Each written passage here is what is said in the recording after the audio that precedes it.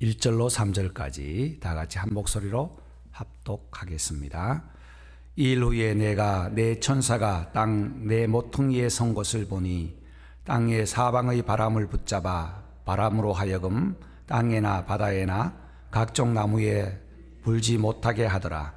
또 봄에 다른 천사가 살아계신 하나님의 인을 가지고 해 돋는 데로부터 올라와서 땅과 바다를 해롭게 할 권세를 얻은 네 천사를 향하여 큰 소리로 외쳐 가로되 우리가 주의 하나님의 종들의 이마에 인치기까지 땅이나 바다나 나무나 해하지 말라 하더라. 아멘. 하나님 아버지 감사합니다. 오늘 아침도 우리에게 하나님의 귀한 은혜의 말씀을 사모하게 하시고 또 나눌 수 있도록 축복하시니 감사합니다.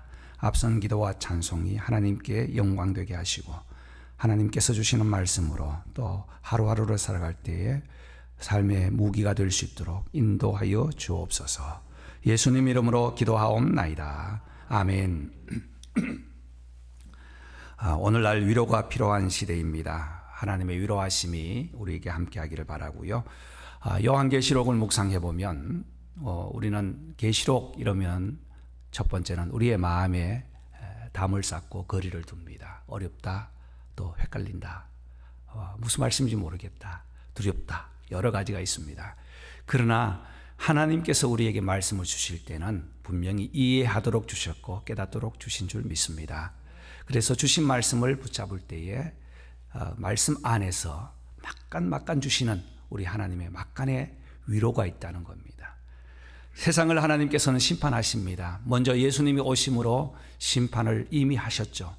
믿는 자와 믿지 않는 자가 구별되어서 이 땅에서 하나님의 첫 번째 심판이 이루어져 그 심판이 지금도 지속적으로 이루어진다면 주님 다시 오실 때에 온전한 심판, 완전한 심판, 마지막 심판으로 의의 멸류관과 심판의 잣대로 책망을 하시고 또 의인은 천국에 또 불의한 자, 죄인들은 지옥에 가게 될 것입니다. 요한계시록 말씀을 읽어보면 하나님께서는 하나님의 보좌를 먼저 말씀하시고 4장과 5장 말씀에서 하나님의 보좌와 5장 예수 그리스도의 영광의 찬양을 말씀하시고 난 이후에 6장부터 18장까지는 세 가지의 주제를 가지고 심판을 하시는 내용이 나옵니다. 첫 번째는 일곱 인이라는 주제가 나오죠. 한 인을 떼실 때마다 두루마리에 붙어 있는 그 인을 뗄 때마다 나타나는 현상입니다. 두 번째는 나팔입니다. 천사가 나와서 나팔을 불 때에 일어나는 현상들을 우리에게 말씀하시고, 세 번째는 대접을 부을 때 땅에 붙고 하늘의 공중에 부을 때에 피할 자가 없더라는 말씀이 나옵니다. 그런데 그 사이에 하나님께서는 위로의 말씀을 꼭 주셨다는 사실입니다.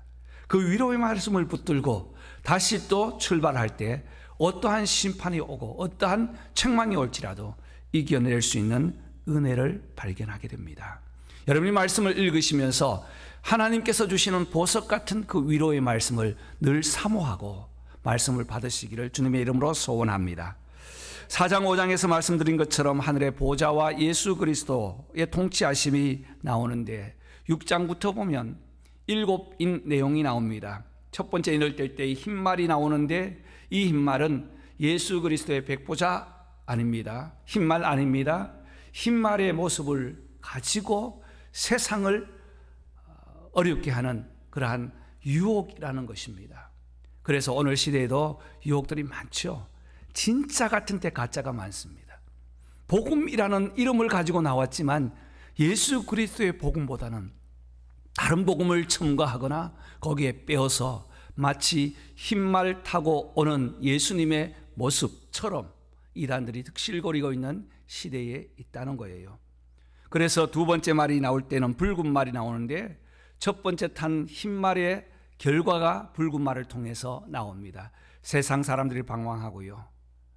믿는 자들이 어떻게 해야 될지 몰라서 판단할 수 없어서 분별력을 잃어버리고 교회들은 오늘날 보면 교회들은 신앙보다는 이념들이 미국 교회를 서서히 잡아먹고 있는 것 같습니다. 코로나를 통해서 일어나는 일들을 가지고 정치적 이슈를 하면서 이제는 이념들이 교회가 하나 되지 못하도록 교회끼리 분리되는 현상들을 보면서 안타까움을 금할 수 없습니다. 그래서 교회에서는 정치 이야기나 또 이념 이야기를 하지 않고 우리는 신앙을 바라보고 하나님을 바라보고 분별력 있게 살아야 될 줄 믿습니다. 셋째, 인을 뗄 때에 검은 말이 나오는데 이 검은 말은 기근을 의미하죠. 6장의 전체 내용입니다. 기근입니다. 환난입니다.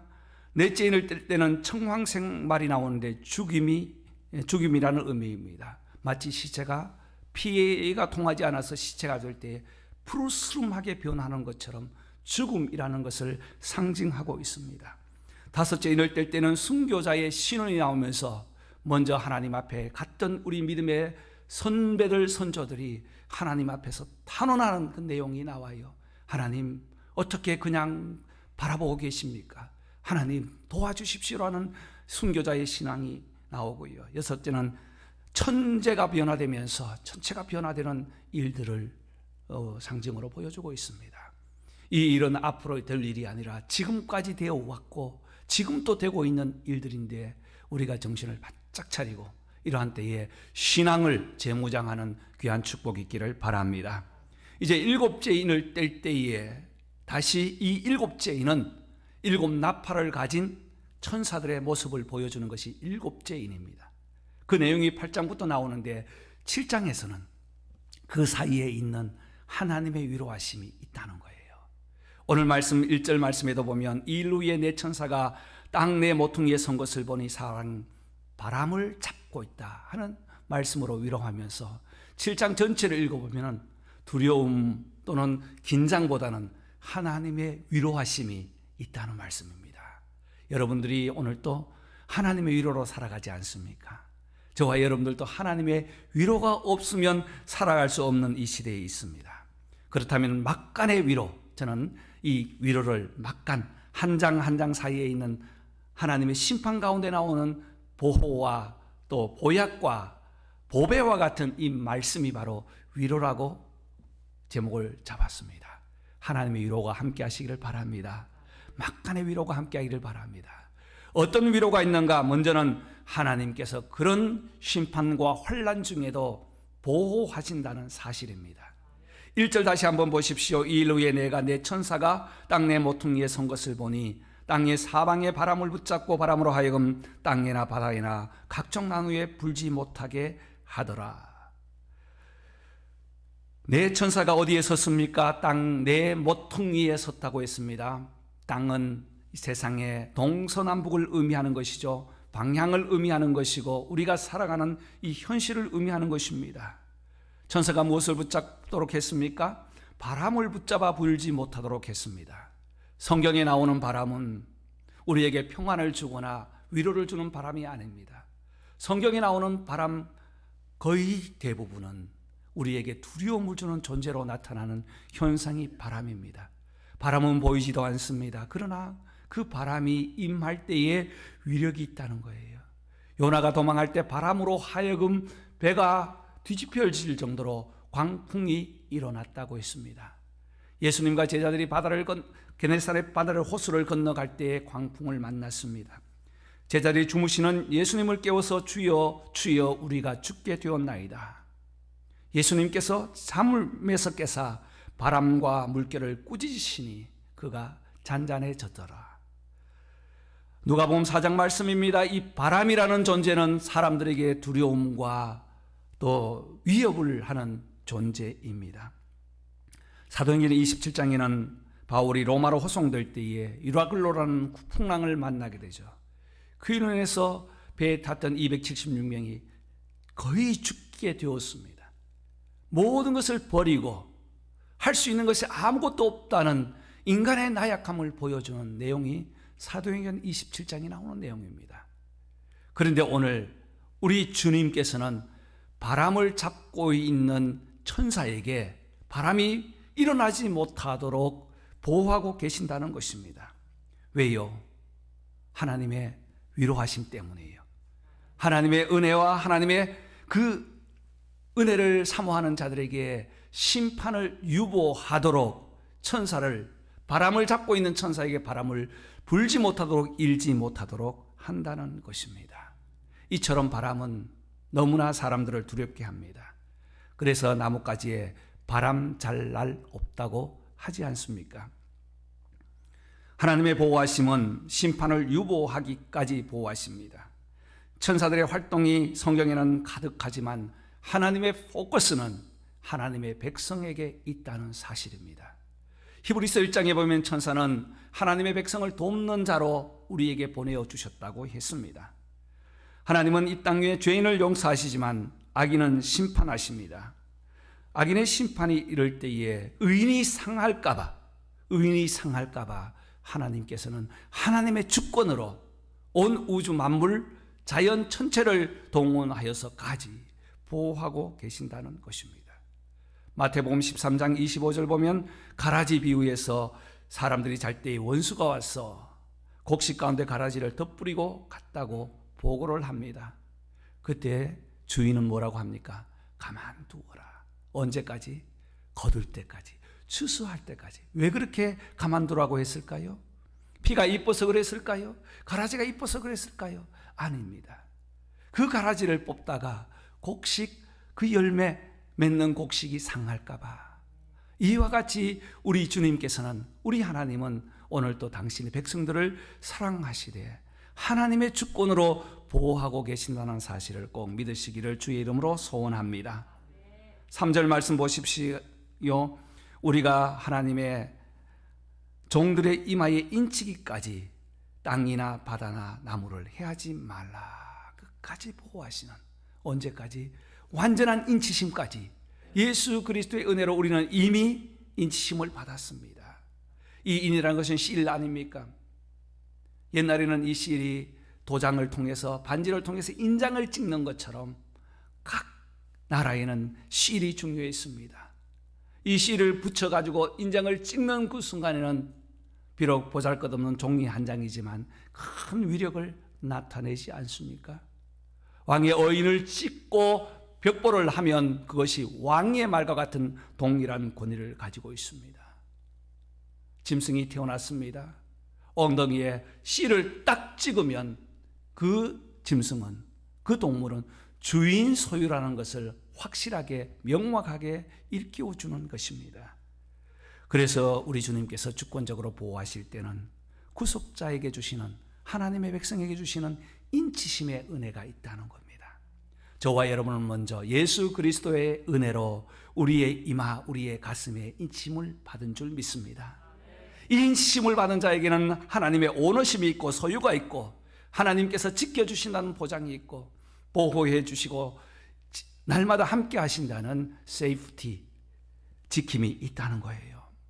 에베소서 1장 13절에 구원의 복음 듣고 그 안에서 또한 믿어 성령의 인치심을 받았으니, 성령의 인치심을 받았으니, 에베소서 4장 30절에 너희의 구원의 날까지 인치심을 받았느니라. 먼저는 성령님께서 예수 그리스도로 하여금 우리에게 구원의 확신, 인치심을 허락하여 주신 줄 믿습니다. 이 인치심을 가지고 하나님의 주권적인 보호의 은혜를 누리시기를 주의 이름으로 축복합니다. 두 번째 보면 찬양하는, 구원받은 자의 영광의 찬양이 나와요. 9절과 10절 말씀 보겠습니다. 함께 읽도록 하죠. 9절 10절입니다. 다 같이. 이 일 후에 내가 보니 각 나라와 족속과 백성과 방언에서 아무라도 능히 셀 수 없는 큰 무리가 흰 옷을 입고 손에 종려가지를 들고 보좌 앞과 어린 양 앞에 서서 큰 소리로 외쳐가로되 구원하심이 보좌에 있으니 우리 하나님과 어린 양에게 있도다 하니 아멘. 앞 내용은 이 인치심을 받은 백성이 누군가 하는 말씀이 4절부터 7절까지 쫙 나와요. 먼저는 12지파를 소개하죠. 그 지파는 구약의 성도, 하나님을 믿는 백성의 대표입니다. 그리고 12지파는 신약의 12제자 성도의 대표입니다. 그 무리를 보니까 14만 4천이라고 했어요. 14만 4천이라는 숫자는 숫자적인 이 숫자로 보아서는 안 되는 거예요. 14만 4천은 하나님의 인치심을 받은 완전한 자입니다. 이단들은 이 자기의 숫자를 내어놓고 이 14만 4천에 들어오면 구원을 받는다, 인치심을 받는다고 하지만 성경은 요한 계시록은 묵시문화라는 거예요. 묵시문학은 하나님께서 어떤 그림을 보여줄 때 이 그림이 의미하는 다른 뜻이 있다는 것입니다. 그래서 문자적으로도 보아야 하지만 이 글자나 이 문자나 이 그림이 주는 의미가 무엇인가 하는 것입니다. 그래서 12지파를 쭉 소개하면서 그 모든 것을, 모든 지파의 수를 합해보니 14만 4천이었더라. 이스라엘 백성들 12지파가 정말 14만 4천이었습니까? 아닙니다. 훨씬 많습니다. 이 숫자는 구약의 대표인 12지파와 신약의 대표인 12사도, 즉 12 타임스 하면 144의 하나님의 완전한 숫자 1000을 타임스 했을 때 14만 4천. 예수 그리스도의 은혜와 성령의 인치심에는 손색함이나 실수가 없다는 거예요. 완전하다는 것입니다. 그 은혜를 입은 자들이 어떻게 살아가고 있는가 찬양하면서 구원의 은혜에 감사하면서 살아가는 내용이 9절과 10절입니다. 누가 찬송을 합니까? 9절 말씀 보십시오. 이제는 셀 수 없는 큰 물이라고 했습니다. 무엇을 입고 있죠? 흰 옷을 입고 있습니다. 손에는요, 종려가지를 들고 있어요. 이 두 가지는 하나님의 은혜를 받은 표징입니다. 14절 말씀 보니까 어린 양의 피에 그 옷을 씻어 희게 되었더라. 흰 옷이 우리가 만든 옷이 아닙니다. 우리가 빤 옷이 아니에요. 아무리 좋은 세척제를 넣어서 씻고 빤다 할지라도 이 땅에는 다시 때가 묻습니다. 그런데 그 흰 옷은 어디에 빨았습니까? 어린 양의 피로 빨았습니다. 상식적으로 피로 빠면 그 색깔이 붉어져야 하는데 예수 그리스도의 보혈은, 그 보혈에 담궈졌다 나온 그 심령은 피로 말미암아 깨끗하게 되었습니다. 저와 여러분들도 과거와 현재에 미래에 지을 죄가 있지만 예수 그리스도의 보혈에 담겨진 우리의 심령은 날마다 깨끗한 심령으로 주님 앞에 나가게 되는 것입니다. 이것이 은혜 아닙니까? 큰 사랑 아닙니까? 하나님의 위로하심 아닙니까? 어제도 오늘도 실수하면서 살아갑니다. 그것 때문에 우리는 몸부림치면서 기도합니다. 그럼에도 예수 그리스도의 피로 우리의 마음을 싹 적실 때 모든 무거운 짐과 모든 죄악들을 다 내려놓고 예수 그리스도의 은혜로 우리의 심령은 깨끗하게 흰옷으로 갈아입혀지는 줄 믿습니다. 종려가지는 무엇입니까? 호산나 구원하소서, 하나님의 영광의 승리를 노래할 때 부르는, 그리고 그 손에 들고 있는 가지입니다. 요한복음 7장에는 이제 이스라엘 백성들이 늘 모여서 하나님 앞에 찬송을 할 때 종려가지를 들고 찬송할 때가 있습니다. 그때는 애굽 땅에서 나온 것을 감사하면서 이제 광야에서 지켜주셨던 그 은혜를 기억하면서 초실절을 지키게 됩니다. 천막을 만들고요, 백성들은 종려가지를 다 꺾어가지고 천막을 만들고 하늘을 뻥 뚫어 놓고 초막 속에 들어가서 하늘을 보면서 하나님 앞에 감사하는 절기 초막절이 나와요. 그때 이스라엘 백성들 손에 가지를 들고 흔듭니다. 종려가지를 들고 흔들고요, 이 종려나무 가지 아래에 들어가서 하나님의 은혜, 구원의 감격을 다시 한번 묵상하는 초막절이 나옵니다. 그때 예수님이 이런 말씀하셨어요. 누구든지 목마르거든 내게 와서 마시라. 내게 오는 자는 결코 줄이지 아니하리라. 종려가지를 손에 들고 호산나 불렀던 우리 요한복음 12장 말씀을 잘 기억하지 않습니까? 예수님께서 예루살렘으로 올라오실 때, 종려주일이 가까울 때, 그래서 우리는 종려주일이라고 하는 거예요. 어린 나귀를 타고 올라오실 때에 옷을 벗고 손에 가지를 들고 길에 옷을 펴고 흔들면서 호산나 호산나 찬송하리로다. 구원하소서 구원하소서라고 무리들이 부릅니다. 여러분, 이 그림을 한번 생각해 보십시오. 얼마나 영광스럽습니까? 12절 말씀 보십시오. 아멘. 찬송과 영광과 지혜와 감사와 존귀와 권능과 힘이 우리 하나님께 세세토록 있을지어다. 아멘. 7가지 찬양이 나와요. 찬양의 주제까지 제목까지 넣었습니다. 하나님께 찬송 드리고 영광 드리고 지혜와 감사를 드리고 존귀와 영광과 힘이 우리 하나님께 세세토록 또다 가지를, 종려 가지를 들고 흔드는 그 그림이 바로 저와 여러분이 주님 앞에서 흔들 종려 가지요 우리가 입는 흰옷입니다. 예수 그리스도의 구원의 은혜를 날마다 우리 손에는 구원의 은혜에 감사하는 종려 가지를 들고 우리의 심령에는 깨끗하게 빤 흰옷을 입고 영광의 주님을 찬양하는 우리의 삶이 되시기를 바랍니다. 여기서 끝나지 않았어요. 13절 보십시오. 다시 한번 읽겠습니다. 13절. 장로 중 하나가 응답하여 나에게 이르되 이 흰옷 입은 자들이 누구며 또 어디서 왔느냐. 구원받은 자의 기쁨을 소개할 때에 2가지입니다. 첫 번째는 너는 누구냐 하는 거예요. 너는 누구냐. 주님 앞에 영광의 찬송을 드렸던 그 장로 저와 여러분들입니다. 그 중에 하나가 한 분이 응답하여 이르되 나에게 이 흰옷을 입은 자들이 누구며 또 어디서 왔느냐. 이 질문은 모든 인류에게 던지는 질문입니다. 첫 번째는 너는 누구냐는 것입니다. 세상에 살아가는 사람들은 모두 이 문제를 가지고 살아가요. 첫 번째는 나는 누구냐는 거예요. 나는 누구냐는 겁니다. 두 번째는 어디서 왔느냐. 철학자들은 이 문제를 가지고 많은 질문을 합니다. 평생토록 이 질문하다가 죽습니다. 대답을 찾지 못해요. 그러나 신앙은 너는 누구냐, 어디서 왔느냐, 어디로 가느냐는 명확한 대답을 해주고 있다는 것입니다. 14절 보십시오. 같이 읽습니다. 내가 말하기를 내 주여 당신이 아시나이다 하니 그가 내게 이르되 이는 큰 환난에서 나오는 자들인데 어린 양의 피에 그 옷을 씻어 희게 하였느니라. 아멘. 바로 우리는 구원받은 자라는 것입니다.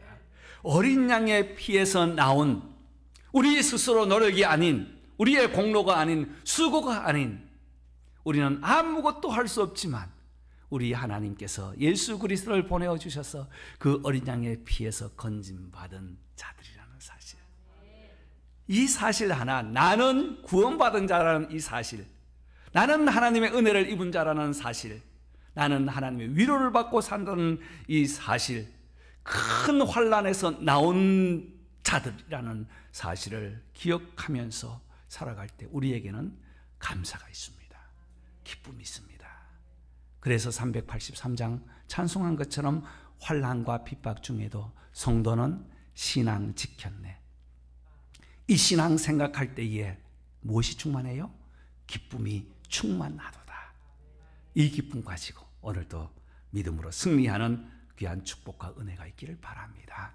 16절과 17절 말씀은 말할 수 없는 하나님의 위로하심이 있습니다. 여러분들이 읽으시면서 위로받으시기를 바랍니다. 다시 줄이지 않고 목마르지 않고 뜨거운 해로 인하여 상하지 않고 보좌 가운데 계신 어린 양의 목자가 어린 양이 나의 목자가 되사 생명수 샘으로 인도하시고 하나님께서 그들의 눈에서 모든 눈물을 씻어주실 것이라 하는 말씀이 16절과 17절로 마감을 합니다.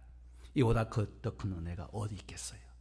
하나님의 위로하심을 가지고 한 주간을 마감하시고 또 9월 한 달을 주님께 맡기고 내일 거룩한 성일 하나님께 영광의 예비자들 다 되시기를 주의 이름으로 축원합니다. 하나님